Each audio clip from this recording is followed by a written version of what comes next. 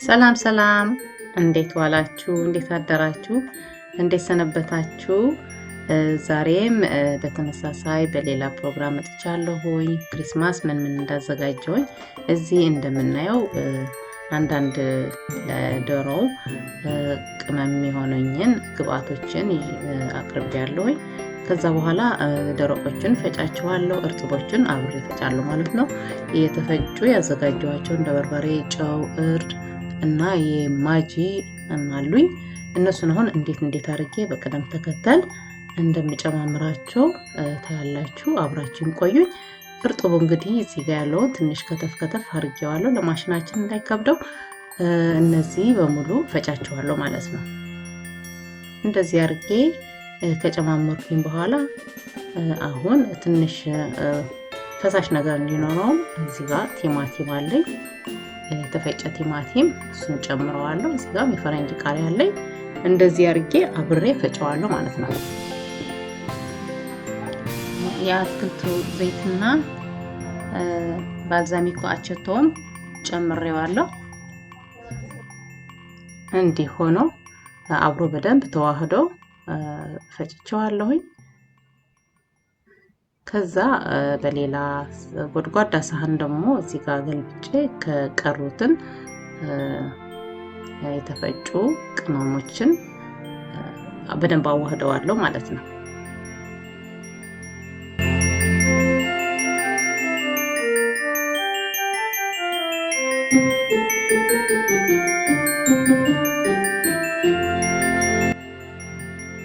አሁን እዚህ ጋር በርበሬ፣ ጨው፣ እርድና ማጂውን እንደዚህ ከላይ ጨምረዋለሁ።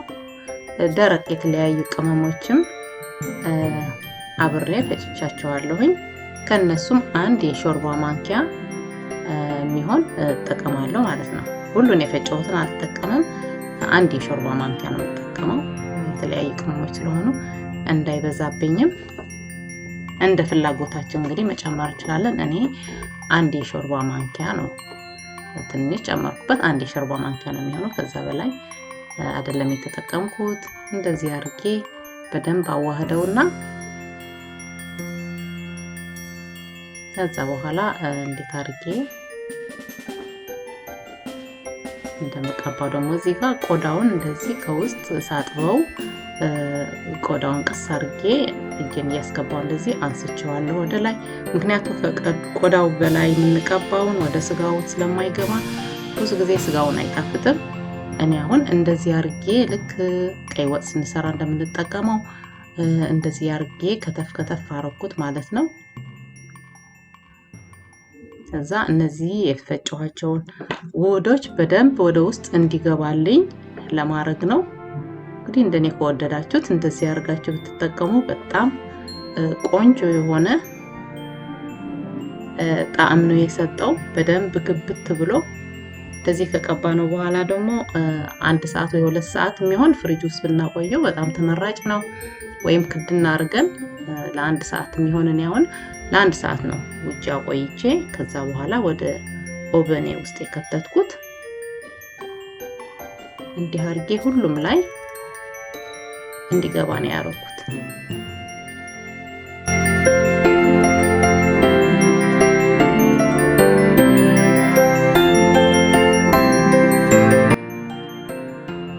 ያርጌ በደንብ ከቀባሁት በኋላ ቆዳውን አሁን ከላይ እንደዚህ ሸፈንኩት።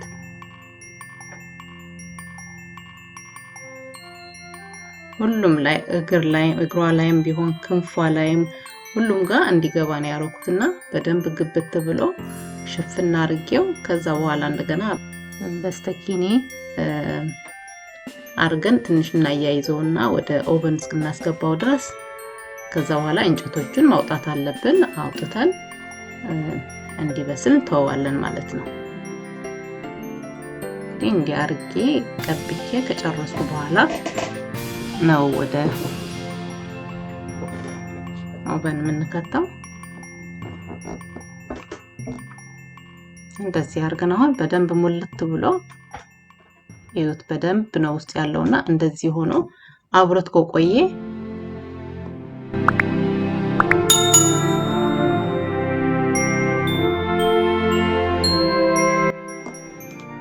አድርገን የውስጡን ከጨረስን በኋላ ከላይ ደግሞ የቀረውን እንደዚህ አድርገን ሸፍነዋለን። በደንብ አድርገን እሽት አድርገን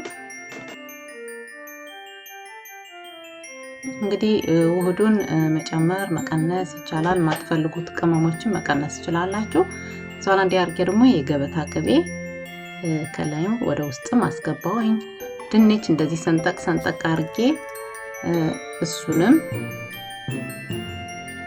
ባዘጋጀሁት ውህድ በደንብ አድርጌ እንደዶሮ ከላይ ቀባዋለሁ።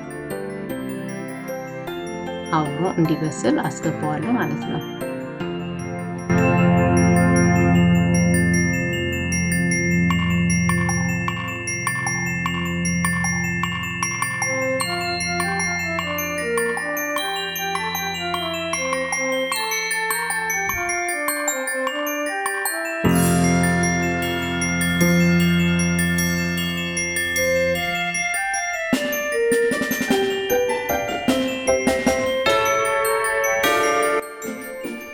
እንዳልኳችሁ እንደዚህ ያረኩኝ አያይዘዋለሁኝ።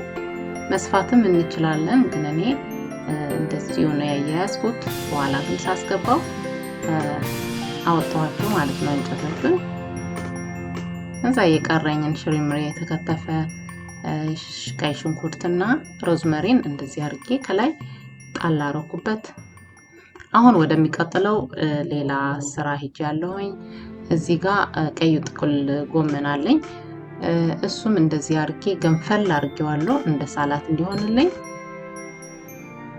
በጨው አድርጌ እንደዚህ አገነፈልኩት። ከዛ በኋላ በውሃው ሩዝ አበሰልኩበት ማለት ነው። የራሱ የሆነ ጨውም አለው።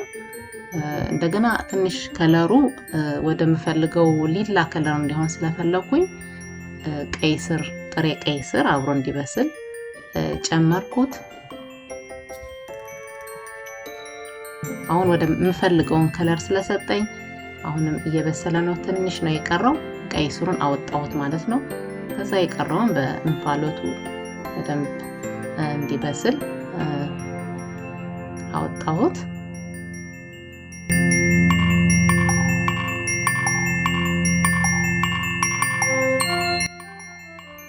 እዛ እዚህ ጋር አትክልት መጥበስ ስለፈለኩኝ ሽንኩርት ዘይትና ሽንኩርት አድርጌ እዚህ ጋር እየጠበስኩኝ ነው። ይሄንን እንደዚህ ቀለጥ ብሎ ከበሰለልኝ በኋላ ከተጠበሰልኝ ካሮት፣ ሌሎች የተለያዩ አትክልቶችን በፈለግነው አድርገን መጥበስ እንችላለን። እኔ ያለኝን እንደዚህ አድርጌ ተጠቀምኩኝ።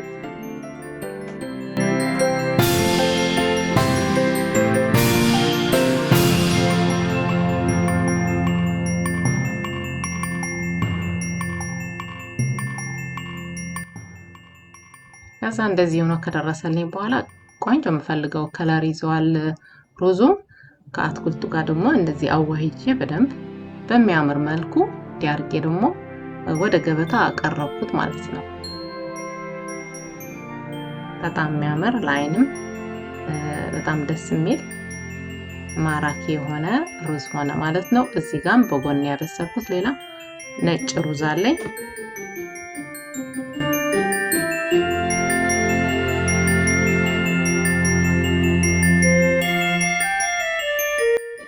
ነጭ ሩዝ እንደዚህ አድርጌ ቅድም ገንፈል ባረኩት ጥቅል ጎመን እና በእንቁላል አድርጌ እንደዚህ አጌጥኩት ማለት ነው። አሳመርኩት።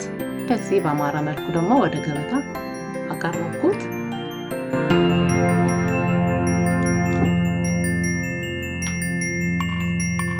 አሁን ተርኪዋ ወይም በዶሮም ልንሰራው እንችላለን። እንደዚህ አድርጌ መሃል መሃል ላይ እየከፈትኩኝ መረቁን ወደ ላይ እያፈሰስኩኝ በሰለልኝና ድንቹም አሁን ብቻውን እንደዚህ አድርጌ ደግሞ እሱንም ወደ ገበታ አቀረብኩት።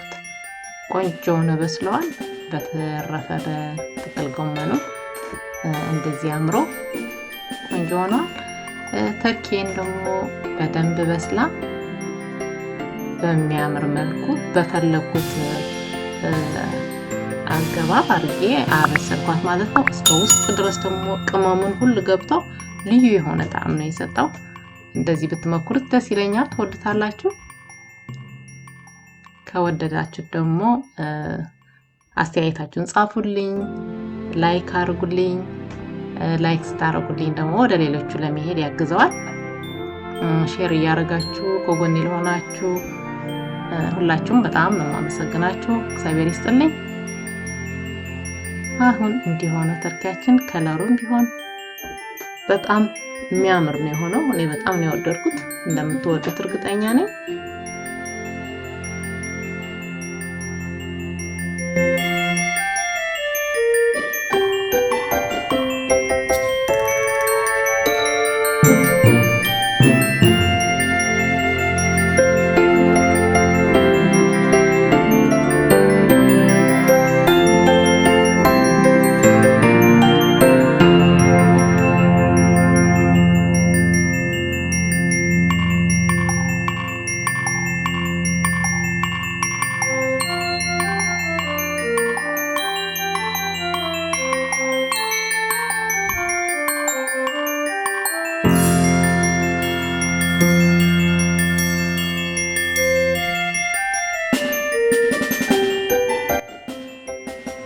በዚህ መልኩ ከተመገብን በኋላ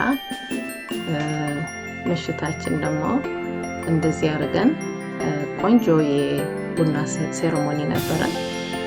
ብስኩት አሰራር ደግሞ ሌላ ጊዜ ሰርቼዋለሁ። ሊንኩ ከታች ተዋዋለሁ፣ ማየትና መስራት ትችላላችሁ። ከዚህ ቪዲዮ መጨረሻ ላይም ታገኙታላችሁ። ከወደዳችሁት እንደሱ አድርጋችሁ መስራት ትችላላችሁ ማለት ነው።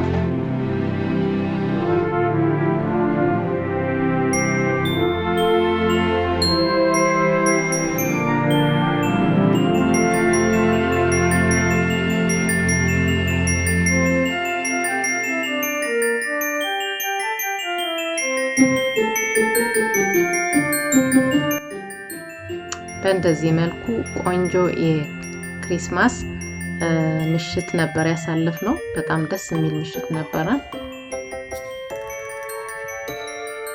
እናንተም በተመሳሳይ መልክ ደስ በሚል መልኩ ክሪስማስ አሳልፋችሁ ትሆኑ ዘንድ ባለሙሉ ተስፋ ነኝ። የኛ ገና ደርሶ ደግሞ በሌላ ፕሮግራም እስክንገናኝ ድረስ እግዚአብሔር በቸር ያሰንብተን።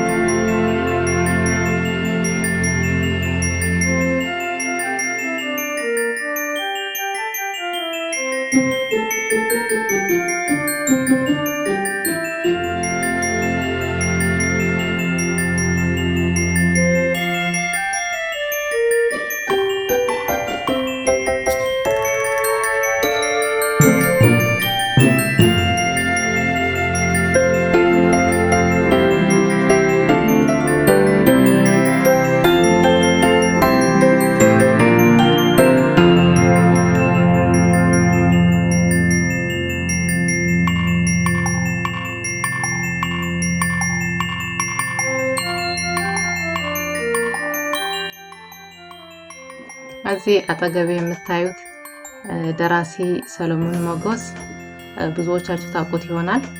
የእውነትን ስቀሏት የሚለው መጽሐፍ ደራሲ ነው። ሌሎችም መጽሐፍቶችም አሉት። እኔ ጋር በዓል ስለዋለ አብሮኝ እንደዚህ ቡና እየጠጣ ነበር ከመላ ቤተሰቦቼ ጋር ማለት ነው። እንግዲህ ለዛሬ ያዘጋጀሁት ይሄ ነበር። እንዳልኳችሁ በሌላ ቪዲዮ እስክንገናኝ ድረስ በቸር ያሰንብተን። ሰላም ሁኑልኝ። ቻው